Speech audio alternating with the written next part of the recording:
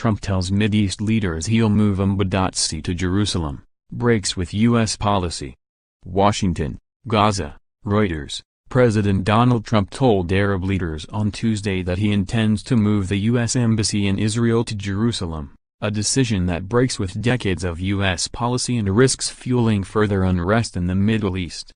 Senior U.S. officials have said Trump is likely on Wednesday to recognize Jerusalem as Israel's capital while delaying relocating the embassy from Tel Aviv for another 6 months, though he is expected to order his aides to begin planning such a move immediately.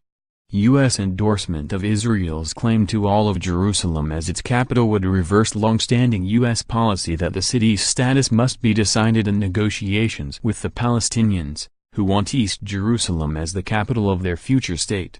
The international community does not recognize Israeli sovereignty over the entire city, home to sites holy to the Muslim, Jewish and Christian religions.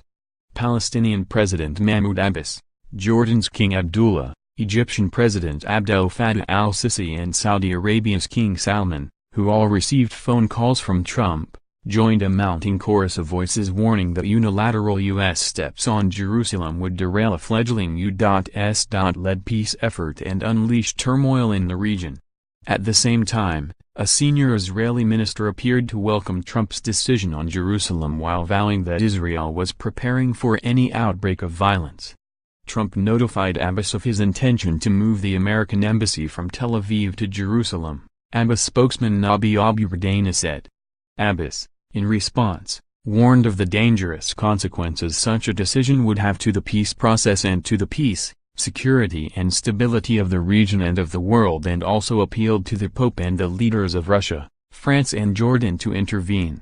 The Jordanian monarch, whose dynasty is the custodian of the Muslim holy sites in Jerusalem, told Trump that moving the embassy there would have dangerous repercussions for the region and would obstruct U.S. efforts to promote Israeli-Palestinian peace talks, according to a palace statement. Jordan plans to convene an emergency meeting of the Arab League and the Organization of Islamic Cooperation on Trump's new Jerusalem policy, said Foreign Minister Manal Safadi. Egypt's Sisi cautioned Trump against taking measures that would undermine the chances of peace and complicate matters in the Middle East, a presidential statement released in Cairo said. King Salman stressed to Trump that any U.S. announcement on the status of Jerusalem will hurt peace talks and increase tension in the region and said it would inflame Muslim feelings all over the world, the Saudi press agency said. None of the leaders' statements said whether Trump, who was also due to talk to Israeli Prime Minister Benjamin Netanyahu, specified a timing of an embassy move, a notion that successive Israeli governments have supported. But U.S. officials, speaking on condition of anonymity, said Trump was expected to sign a national security waiver, as have his predecessors, keeping the embassy in Tel Aviv for another 6 months but would commit to expediting a move. It was unclear, however, whether he would set a date. Trump, who promised during the 2016 presidential campaign to move the embassy to Jerusalem and is expected to announce his decision in a speech on Wednesday, appears intent on satisfying the pro-Israel, right-wing base that helped him win the presidency. Israel captured Arab East Jerusalem in the 1967 Middle East War and later annexed it, a move not recognized internationally. A big mistake. Israeli Intelligence Minister Israel Katz, who met last week with U.S. officials in Washington, told Israel's Army radio, "My impression is that the president will recognize Jerusalem, the eternal capital of the Jewish people for 3,000 years, as the capital of the State of Israel." Asked if Israel was preparing for a wave of violence if Trump recognizes Jerusalem as the Israeli capital, he said, "We are preparing for every option. Anything like that can always erupt.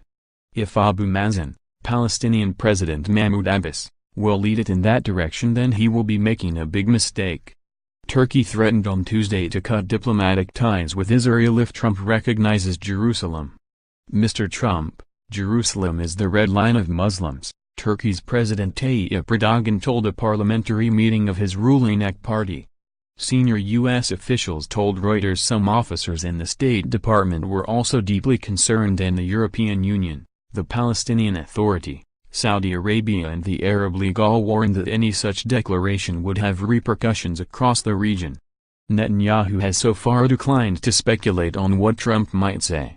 But Katz took to Twitter to reject Turkey's threat and reiterate Israel's position on the city, which is one of a long list of stumbling blocks in years of failed peace talks with the Palestinians. "We don't take orders or accept threats from the president of Turkey," he wrote. A U.S. official said the consensus U.S. intelligence estimate on U.S. recognition of Jerusalem as Israel's capital was that it would risk triggering a backlash against Israel, and also potentially against U.S. interests in the Middle East. It is also likely to upset an Israeli-Palestinian peace push led by Trump's son-in-law and senior advisor, Jared Kushner, in pursuit of what the U.S. president has called the ultimate deal. The initiative has made little progress. The European Union's top diplomat, Federica Mogherini, said on Tuesday that any action that would undermine peace efforts to create two separate states for the Israelis and the Palestinians must absolutely be avoided. Speaking alongside U.S. Secretary of State Rex Tillerson in Brussels, she said Jerusalem's status would have to be agreed through negotiations. UN Secretary-General Antonio Guterres has consistently warned against any unilateral action that would have the potential to undermine the two-state solution, UN spokesman Stefan Dujarric told reporters in New York. "We have always regarded Jerusalem as a final status issue that must be resolved through direct negotiations between the two parties based on relevant Security Council resolutions," Dujarric said. The Arab League and Saudi Arabia repeated past warnings, following statements by France and Jordan in recent days. Past Israeli-Palestinian rifts have deteriorated into protests, attacks and fighting and further destabilized the region.